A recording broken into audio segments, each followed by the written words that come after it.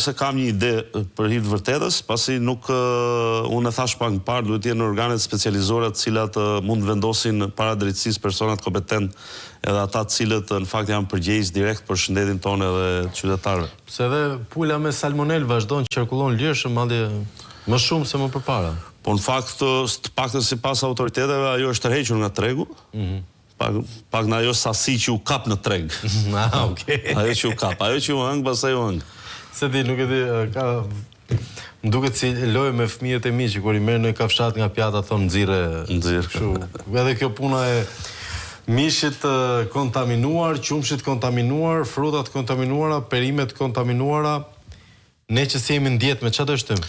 Fatkeqësisht nëse që ta bëj sa herë vjen. Atëre, fatkeqësisht në fakt nëse do shohim përdita edhe në lagje edhe në qytetet tona, ajo çka ose bizneset që lulëzojnë më shumë janë kryesisht laboratorët e analizave edhe klinikat mjekësore.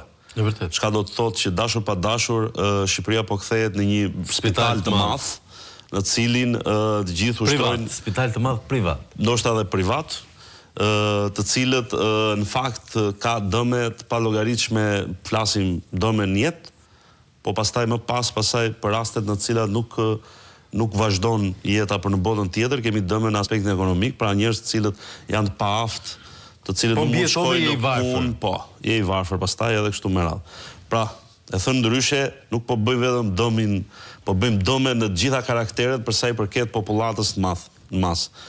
Për mos të arrirë në një rafsh apo një term që ndoshta është pak më i rëndë, një lloj genocidi në heshtje, duke e pastruar apo duke e ulur qoftë fertilitetin, qoftë rritjen e popullatës, qoftë edhe vitalitetin e këtij kombit. Do e mbyll me një anekdotë që është histori e vërtet, kur kolonizatorët europian patën vështirësi me amerikanët vendas, ata që quhen indigjen, por që janë thjesht banorët vendas, e panë që nuk ja dilnin dot me luftë se këta kishin ardhur pa përgatitur me ushtri, ata ishin shumë ekspert në kuaj, në shigjeta, në shpata.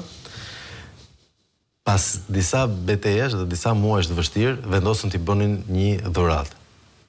I dhuruan batanie të ngrota të infektuara me li. Dhe kështu i shfarosën. Këto janë batania jone ngrotë me smundjen e lisë?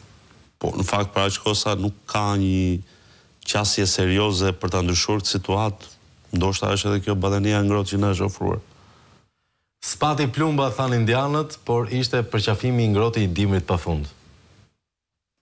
Faleminderit Ervin Resuli, miq të dashur, ne do kalojmë në çështje tjetër pas pak.